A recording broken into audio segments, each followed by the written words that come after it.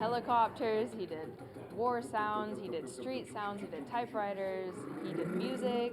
It was everything that he did. It was just straight out of his mouth, and it was wow. When they darkened all the lights and then they used the bomb effect, and when they were making the bomb sounds, it was just perfect. And it's great actually having a high school audience because they really like to laugh out loud at shows, and sometimes, you know, other theater audiences are a bit more reluctant, especially coming to see a play about war.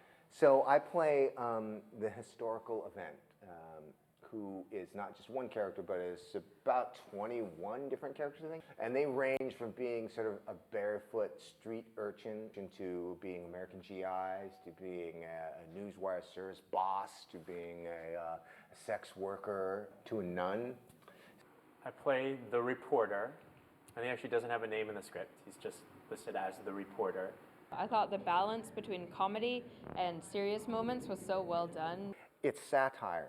The humor is not to make it go down easier, but to actually crack open and make it, to illuminate.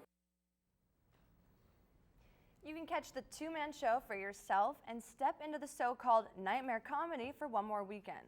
For ticket information, visit moolelo.net. That's MOOLELO. NFL quarterback Peyton Manning is still a free agent, and he's looking for a home. To tell us where, Charlie is here with sports. Charlie? Amanda and Justin, let's tackle this story right away. The NFL free agency kicked off on Tuesday, and even though many players have new teams this season, one quarterback is making his pros and cons list this week. Mr. Peyton Manning has a lot to think of these couple of days. He has been busy flying around with potential teams this offseason. Today, Manning ran some drills for the Broncos. Denver does look like a good fit for Peyton, and why would it not? The Broncos have Super Bowl champion John Elway as their VP of operations. But not so fast. The Cardinals also met with Peyton for about 6.5 hours. And oh yeah, the Birds have wide receiver Larry Fitzgerald. Just when the wheels were coming to a stop, the Titans jumped into the mix and met with the QB on Wednesday. So all we care about is where will number 18 be playing this season. Manning is expected to choose his team sometime this weekend. And now to our San Diego Chargers. Now I know the Chargers aren't known for making big splashes in the free agency market, but could this be the year that A.J. Smith makes something happen? Well, Charger fans, there have been some new key additions to the roster. The Chargers have signed wide receiver Eddie Royal from the Broncos, followed by the Saints receiver Robert Meacham, as well as Ravens outside linebacker Jarrett Johnson.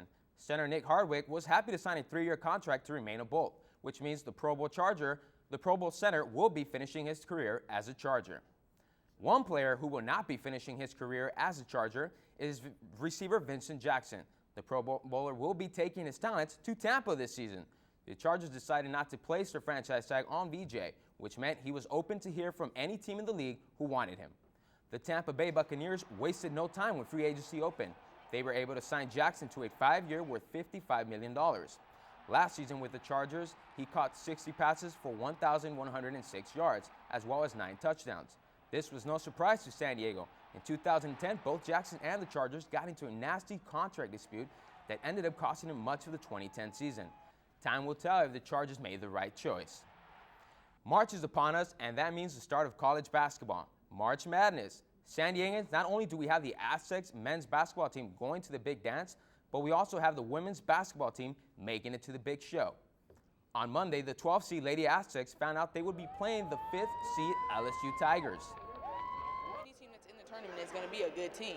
So it's going to be a good game, an exciting game. It's going to be competitive. So, we're going to do our best to prepare for it this week. Although the women were dominant this season, a lot of critics did not expect much from the ladies this year. Very exciting time for us here at San Diego State. We worked hard really all season, just in conference and the off season.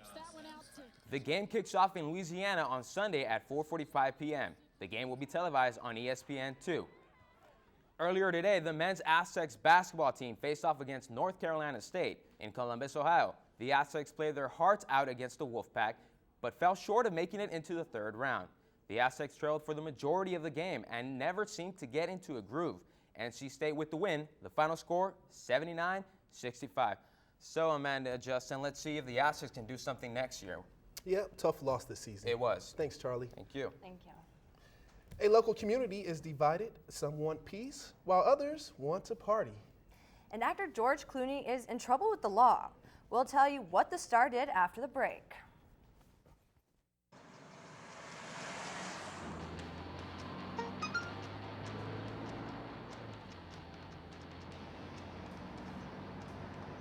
The average text takes your eyes off the road for nearly 5 seconds.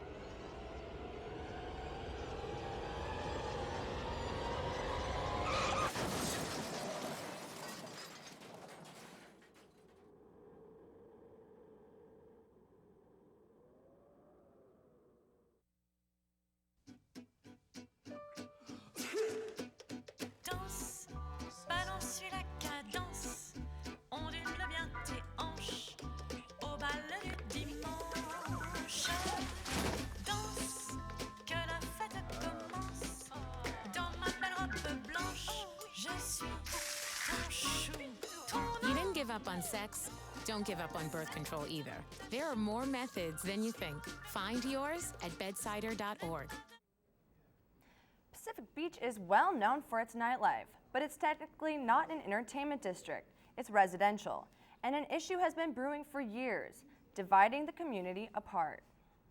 Pacific Beach, California, better known as PB, home to over 70 bars, restaurants, and taverns, many on just one street.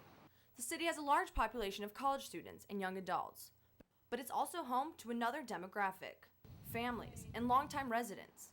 There's been a divide between the two for years. Today, that divide is wider than ever. Many residents blame it on liquor licensing. According to pbspirits.com, the city is zoned to have about 40. PB has 125. PB resident Scott Chipman and members of SavePB.org have been working to turn PB around for years. The concern is more and more people are considering the business district not their local business district. They don't want to go down there. The type of people they see there don't make it comfortable for them to bring their children there. But it's a slow battle, and Chipman says that the ABC doesn't make the fight any easier. The ABC recently granted the Pacific Beach Shore Club permission to expand with an outdoor patio. Many residents fought against it from the beginning, saying it would only add to the number of crime and DUIs in the city. I'm here at the Pacific Beach Shore Club. I tried to contact them several times to talk about the patio extension, but got no response back. Chipman's plan for real change is requiring businesses to obtain a conditional use permit before getting a liquor license. This could mandate a restaurant to stop serving alcohol at midnight. However, getting conditional use permits in PB could take a while. But many bars and restaurants are responsible and take the safety of their customers seriously. And the majority of the people that come into our restaurant are fine, but some people are too drunk, and when they are, we have to cut them off. Many businesses care about preserving the city as much as residents do. They are working to help change PB's reputation. For now, that may be the only way to finally unite the divided city. Ventura County implemented conditional use permits like the one Chipman wants for PB. Arrests dropped by 62% and drunken driving incidents improved by 31%. Over 700 local San Diegans raised over $90,000 in the fight against colon cancer. Ashley Custer has the details. All I remember him saying was, "You have lesions on your liver, too many to count, and you might have cancer." Aaron Gray wants to raise awareness about colon cancer and remind people that screenings save lives. Last Saturday, the Colon Cancer Alliance held the Undy 5000 run right here in San Diego. Hundreds of locals came out in their boxers to raise money and show their support for the cause.